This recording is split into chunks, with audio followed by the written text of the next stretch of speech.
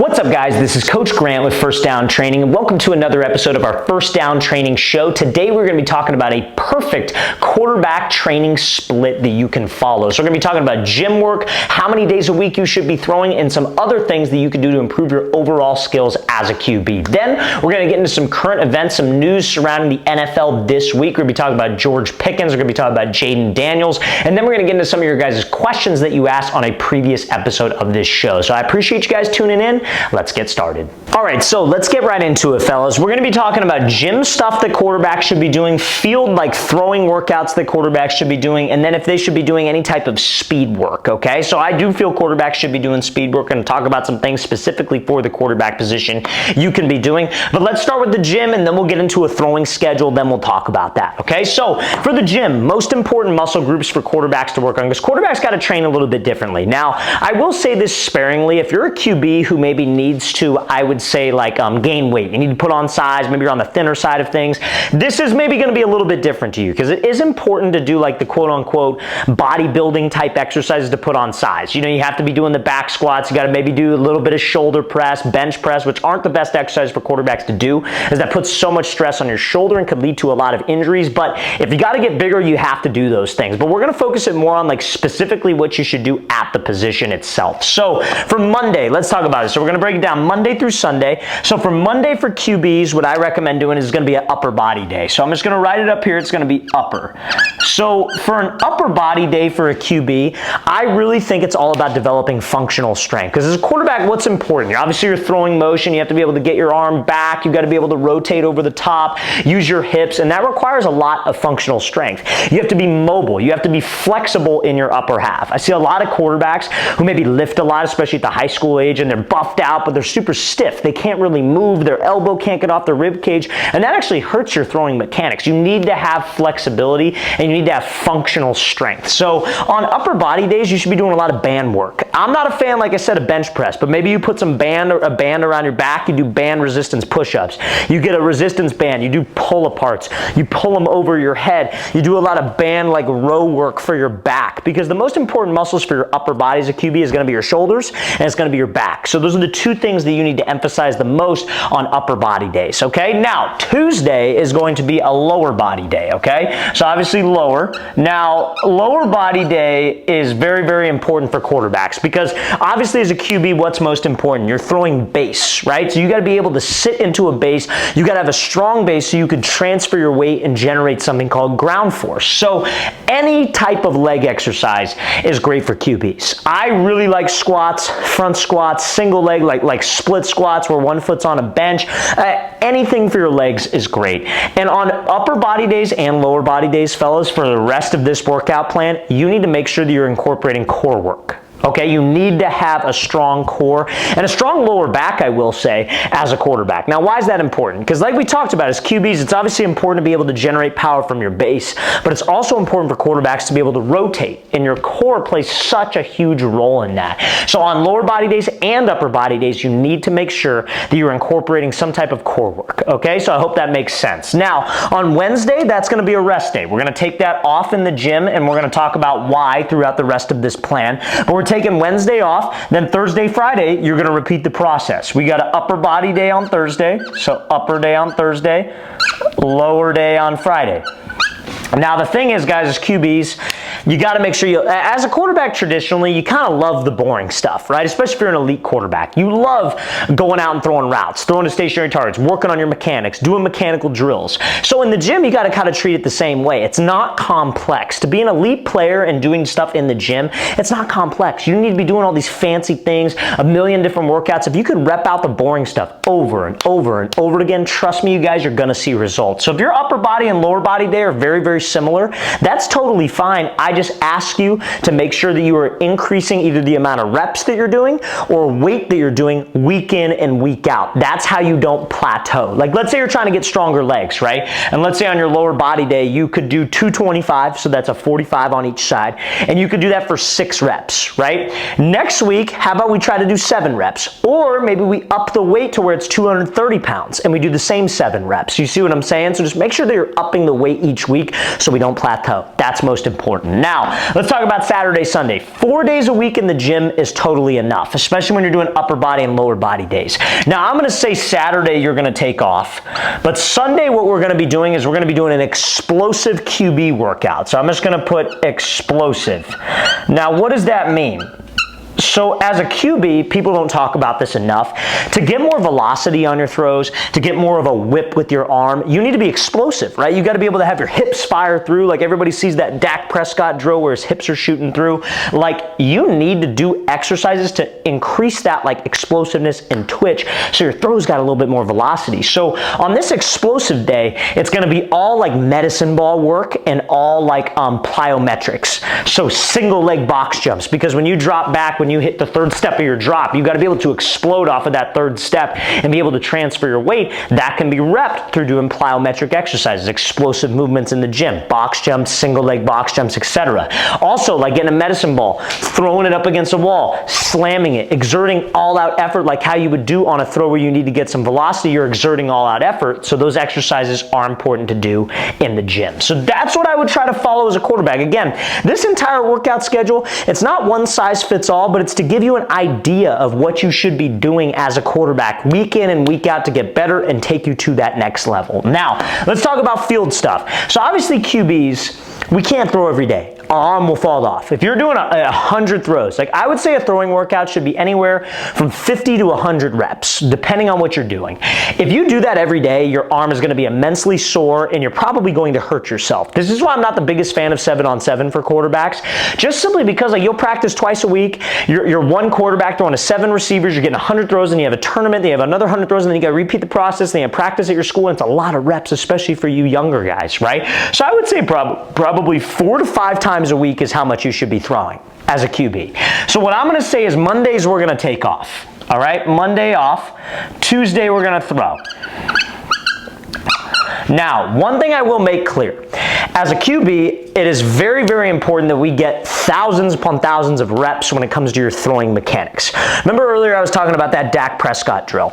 That is a throwing mechanical drill. It is working on a concept called upper body and lower body dissociation, kind of like a baseball swing, right? You step to the pitcher, then your hips swing through and the bat trails behind. That's how quarterbacks generate power. So 7 days a week, you guys can be doing drills to work on your mechanical aspect of your game. Me personally, that's what I did when I was a player. I had really, really bad throwing mechanics. And when I made the decision to fix my throwing mechanics, it took thousands of reps. They say it takes 1,000 reps to break a bad habit, 10,000 reps to master a habit. So thousands of reps day in and day out, not every day doing thousands of reps, but hundreds of reps day in and day out to try to fix my bad habits. I had a long stride, I had a long release, so I would get a dumbbell, dude. Like maybe this isn't the best thing to do, but I'd stand in front of a mirror and just work my motion. A very light dumbbell, then work from L to L, L to L. And that type of repetition work where you're not putting mileage on your arm, doing those hip exercises can be done every day, and I recommend doing something like that 15 to 30 minutes a day, because that's a way to work on your throwing mechanics without being result driven and also not worrying about putting pressure on your arm. So that's one thing I will say when it comes to field work. Now, Wednesday or Tuesday you're going to throw. Wednesday we are also going to throw. So on these 2 days, like I would say how to mix up your throwing workouts is like with my quarterbacks, I know, like let's say some of you may have done this watching this video before, but I live in Southern California, and a lot of times, especially nowadays, like June, July, August, we get a lot of athletes from other states who come to California for a vacation, and I'll train them for like 2 to 3 days, right? And the thing is, like, I've never met these guys before, we've never worked out before, I don't know what they need to work on, but if I only have 2 days with them, I split the workouts into 2 parts. First day is a throwing mechanics day. Second day is throwing mechanics, but we also incorporate off platform and on the run. So if that's how you guys want to mix up your field workouts, that would be totally great to do. So maybe on Tuesday, it's all on platform. We're throwing posts, outs, digs, fades, slants, whatever, whether you have receivers or you're throwing to a stationary target. Day 2, I'm throwing maybe similar routes, but I'm moving in the pocket. Okay, throwing, stepping up in the pocket, throwing, getting out, throwing on the run and throwing. So you work both elements of the position. Okay, so I hope that makes sense. Now Thursday, we're going to take off. Then I would say Friday, we are going to throw on Friday. Saturday, we're going to take off. And then Sunday, we are also going to throw. So you're throwing 1, 2, 3, 4 times a week. Now, if you guys play on like a 7-on-7 team and you guys have a tournament Saturday, okay, cool, different story. You could flip-flop the Saturday, Sunday workouts, okay? But 4 times a week I feel is enough. If you want to up it to 5 times a week, I think that's fine, but again, at the same time, it just depends on how many throws you're doing. If you're doing like 100 throws, and then you're gonna throw Thursday 100 throws, Friday 100, like that's a lot, you guys. So I would say 4 times a week, and that like 75 rep range is probably where you wanna be. On platform, off platform, on platform, off platform. And I recommend either Friday or Sunday getting live receivers out there. Maybe you have a quarterback coach, bring the receivers from your team to your quarterback coach so you could still work that timing element. A mistake that I made as a player is I spent a lot of time throwing the stationary targets. So whenever I got to throw the receivers, I always felt like I was a step behind. You got to make sure that you're incorporating both, okay? So that's what I would say for field work. Now, let's talk about speed, because it is important nowadays to have some type of speed as a quarterback. If you're a pocket passer, you got to be able to move a little bit. If you're a dual threat, you absolutely have to be able to move. Because what's every offense asking quarterbacks to do? Read option, zone read, and you want to make yourself more of an asset to the team. So I would say probably 2 times a week for a quarterback is enough speed training to do. What I recommend, I mean, Monday we're probably going to be off, Tuesday we're off, Wednesday I would say you're going to be doing a speed workout. Thursday we're going to be off. Friday I recommend doing a speed workout. And then if you wanted to, I would say on the weekend you could incorporate a speed workout, but because we have that explosive workout on Sunday, I don't really feel like it is super necessary, okay? But I would say 2 speed days a week is enough for a QB. Obviously, it's not as important speed-wise as would it be to like a receiver, a DB, or a running back, but you do still need to have some speed. Now, if you run track, you know, I see you getting some benefit out of track, but I recommend 1 day of your speed work being like mechanics.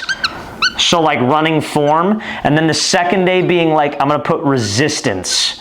So that's like running up hills, running with the sled, trying to increase your power, stuff like that. So fellas, like I said, this is not a one-size-fits-all schedule, but this is a schedule that can give you like, okay, if I wanna play college ball, if I wanna be an elite quarterback, if I wanna get better at my position, like these are the things that I need to do on a weekly basis. Like I saw something on Instagram the other day. The guy's name is Jesse Itzler, I wanna say is how you pronounce his last name, or Eitzler, and he's this real rich guy, like billionaire type guy, and he has kids that play football, so I've actually talked with him a couple times. Great guy, phenomenal dude, and he talked about how when he was in business, because obviously you have an immensely busy schedule as a business person, kind of like a student athlete, he would say that he would break his goals up into weeks, so it wouldn't be days. He would be like, hey, I'm gonna throw 4 times a week. So if I do it on Monday, okay, cool. Wednesday, Thursday, Friday, okay. But because things would pop up, you have a busy schedule. So is this a one-size-fits-all? You got to follow this? No. But these are the things that you need to check off, I feel, on a weekly basis to be able to improve your skills as a QB. Okay? So now, guys, we're going to get into some current events, and then we're going to be answering some of your questions from a previous episode.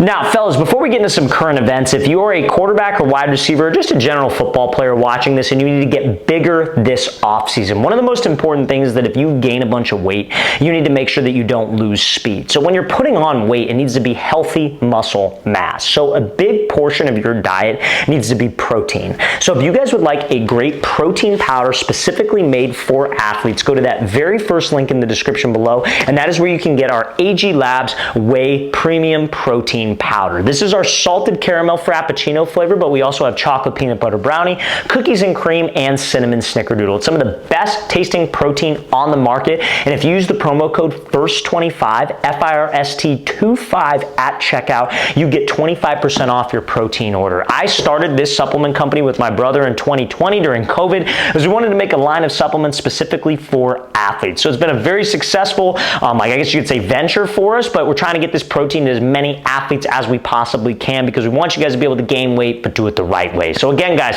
very first link in that description below. We'd love to get you on our protein powder. Let's get into some current events now. So current event number 1, I thought this was interesting. So Commanders quarterback Jayden Daniels' mother, Regina Jackson, speaks on protecting her son from women who prey on millionaire athletes. That should be every parent's biggest fear. I'm a mom that protects my son. Jayden is rarely seen without his mother by his side. So some people will say that, you know, she's overprotective and whatever. I think it's great because who's going to love you more than your mom at the end of the day, right? So like your mom's always going to probably, not every time, but probably, and probably 99% of the time, your mom's always going to have your best interests. And I say this because a lot of you young people are watching this. And trust me, I was your age too. I get it. I understand. You don't want to listen to your parents. You think that you know more. You think times have changed. Here's the thing. Technology has changed, but life has not changed. Okay? Life is still life. The same life it was in the early 1900s is now, just technology has evolved. Nothing has changed. People are still people. People will still take advantage of people. It's just the way it goes. And your parents have been around the block a few times. Are they the most well-versed in every topic? No, right? Like that's why they'll hire like a private trainer like me, for example. A lot of you guys are probably quarterbacks watching this and you feel like your dad doesn't know much about quarterback because he never played, so he'll hire a guy like me, but he does know a lot about life. And the reason why I wanted to talk about this is because your parents know a thing or two. Listen to your parents, please. It would have saved me a lot of time, a lot of like heartache, a lot of money if I would have listened to my parents in a lot of different situations, generally off the field, generally away from the game of football. But you need to make sure that you take your parents' advice, because as you get older, all you do is just get smarter, you get wiser, you have more life experience. Just make sure you take that into account, that your parents only want what's best for you at the end of the day, and they are generally very, very smart people. So just make sure you listen to your parents. I think Jaden Daniels' mom, I love it. I think it's great because trust me, I know, like, I'm at that age where, you know, like I'm 24, right? And so I know a lot of girls that I grew up with, yada, yada, etc. And just like girls are a lot different nowadays, at least where I live. You know, and I live in Southern California, like near LA, and like there are a lot of gold diggers out here. You know what I mean? I'm just being totally honest with you. Like you see these girls and like they don't have jobs, like they're going on all these fancy trips, and like in my head I'm just like, who's paying for all that? And it's some guy that they're taking advantage of, and he's spending a lot of money, and especially rich dudes, you know what I mean? So like guys, like just understand that situations like this, and when your parents maybe are concerned about something, or your parents are concerned about certain people in your life, they know a thing or two. They've been around the block a few times. So just make sure you listen to your parents, all right? So that's all I wanted to say on that. I try to give you guys some value with any current event. I always try to relate it back to you guys somehow. Next current event, you guys. Holy SHIT, former Steelers wide receiver George Pickens went off on his former team after they traded him to the Cowboys. They're the cheapest organization, ain't no stacking. I don't even know what that means. Year after year, they go and let them, you know, word I can't say, go too soon, it's time. So, I mean, honestly, bro, like that kind of speaks to why George Pickens was probably traded. Doesn't seem like he's the biggest attitude guy. Doesn't seem like he's the biggest team first guy. At the end of the day, everybody needs to get paid, right? But like, you know, you don't want to fit the receiver stereotype. That's the thing. For you receivers watching this, like if you're that dude who just thinks that your SHIT doesn't stink and that you're above the team and you should be paid this, you should be paid that, like in all honesty, bro, like he didn't have that good a year last year for NFL standards. So why should we pay you a huge contract? Like, and if you're trying to build a culture at a team, you don't want a cancer to that culture. If they felt like he was a cancer to that culture, they're going to get him out of the culture. That's how any like great business, any great team is ran. Like, did you see when the Patriots went on their run? Did you see any receivers talking about that? Did you see any receivers acting like that? No, because they had a winning culture. So it's just, you know, it's just sad. I mean, it's sad to see players act like that, especially after they leave the organization. But hope he does well. I think the Cowboys got a great receiving core right now. So I mean, we'll see. We'll see how the trade goes. But just don't be that guy. You know what I mean? Don't be that dude that badmouths your team. Don't be that dude that's always complaining. Be about the team. And if you feel like you're being treated unfairly, you're better off handling it quietly and going about your business. You don't need to burn any bridges, because you never know what happens if somebody from the Steelers gets fired and then they end up at the Cowboys. Just like how in college football, there's a ton of transfer over from coaches. Like coaches get fired, they go to this school, they go to that school. So if you're a dude who thinks your you know what doesn't stink, and then you're acting like you treat a college coach a certain way because he's a low division school, and then he ends up at a high division school and they're like, man, we don't want that guy. He's not really a high character guy. So just, you don't want to be that guy. That's all I'm trying to say, okay? So now, fellas, we're going to get into some of your guys' questions. If you guys got questions, stuff you want to ask me, don't hesitate. Post them in the comment section below on this video. I answer and respond to every single question, you guys, and then I'll feature you guys on this show. So if you guys got questions, we really appreciate the support. Don't hesitate. Put them in the comment section below. Let's get right to it. So question number 1. From Love One Piece 7. Hey coach, I'm on the younger wide receiver side, but every time I go to practice with my team, my knee hurts so much that I can't even run routes. When I go into the game, I don't feel my knee pain. I feel good as new. After the game, it hurts really bad. Any tips? So generally, knee pain is not directly from your knee. Generally, it's something maybe like pulling on your knee, causing stress on your knee. And generally, from my experience, what that has come from is hamstrings and like your glutes. So I remember I used to have like really, really bad knee pain when I would do squats. And I think it was in high school, they used to have a squat to like you know, you do box squats, they would use a trash can, and the trash can would be plastic. So I think a lot of guys screwed themselves up because the trash can would cave in and your knees would cave in. So I had really, really bad knee problems. And I was like, man, what can I do? What can I do? So I started doing some research, and then I read that like strengthening your hamstrings and your glutes could kind of take pressure off your knee. So I really started focusing on that on my leg days, and that alleviated some pressure. So it could be a couple things mechanically. You might be cutting wrong, etc. But I'd recommend doing any type of hamstring or glute exercise, and that might relieve some pressure. And it could also be growing pains as well. So hope that makes sense, man. I appreciate you asking that. Next question, you guys, from SH Miley Guy 1035. Hey coach, 5'11", 155 pounds, wide receiver DB, would like to know how to program exercise sessions outside of my regular practice, 2 hours Monday through Thursday, where we lift a lot, work on football skills. I didn't start my freshman or sophomore year, but I want to work as hard as possible to get good enough for the coaches to favor me over the guys who started varsity. I feel as though I want to become better than them. I have to put in more work outside of regular practice time, which is why I've been wanting to exercise outside of practice. Want to hear your opinion on how I should structure it, how intense I should make my sessions after practice. It's also after school workouts, so I can't do my own workouts before. So what I would say, dude, after practice ends, maybe get your quarterback, and I would spend maybe just like 30 minutes doing like some routes versus air just to develop some chemistry with him.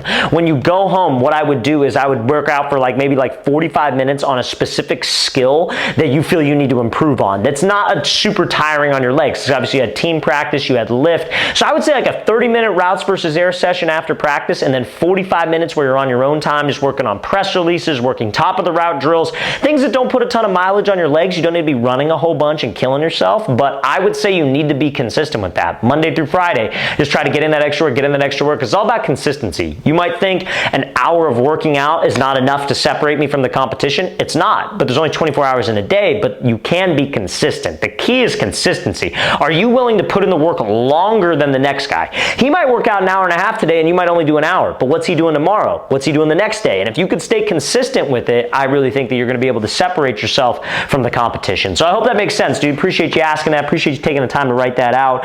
All right, next question. James, I2S, 1F. I run a 4.54 as an 8th grade, 176-pound, 5'8" running back. Is that good? Was wondering what my goal should be for September in terms of size and speed. So if you're an 8th grader, you said you're running a 4.54. First of all, I don't believe you because everybody lies on their 40. But if you are, that's insane. I would say a 4.54 is pretty dang good. I think a goal 40 time for you, if that's your 40, should probably be like a 4.4 or perhaps below. I would think for most 8th graders, though, playing running back, receiver, skill position guys, if you're running like a 4.8, 4.9, maybe below that, that's fantastic. And I think by your senior year, your goal should probably be like a 4.5 or a 4.6 40-yard dash. I think that's extremely doable. Now for weight, you said you're an 8th grader and you weigh 170. That's pretty good, I would say. I would say your goal probably by your senior year should probably be like out 200, maybe a little bit above it, especially as a running back. But if you're a skill position guy, 8th grader, and you're like 140 pounds, your goal should probably be like 175, 180 by the time you get to your senior year. Weight isn't the most important thing from a college recruiting standpoint. They want to know if you're a good football player, but you obviously do have to have the size. So good job, man. I think that's a great 40 time. You just got to keep working. Sounds like you're doing the right things and just got to keep doing your thing. But I appreciate you asking that, dude. All right, fellas, guys, I'm going to get off this. I appreciate everybody's support. Appreciate everybody being on here. Hope this episode was able to give you guys some value. Hope you learned some things about, quarterbacks, being able to train and all that good stuff. So again, if you have questions, guys, don't hesitate. Post in the comment section below this video. We'd love to feature you on our next episode, and I hope this could help. I'll see you guys next time.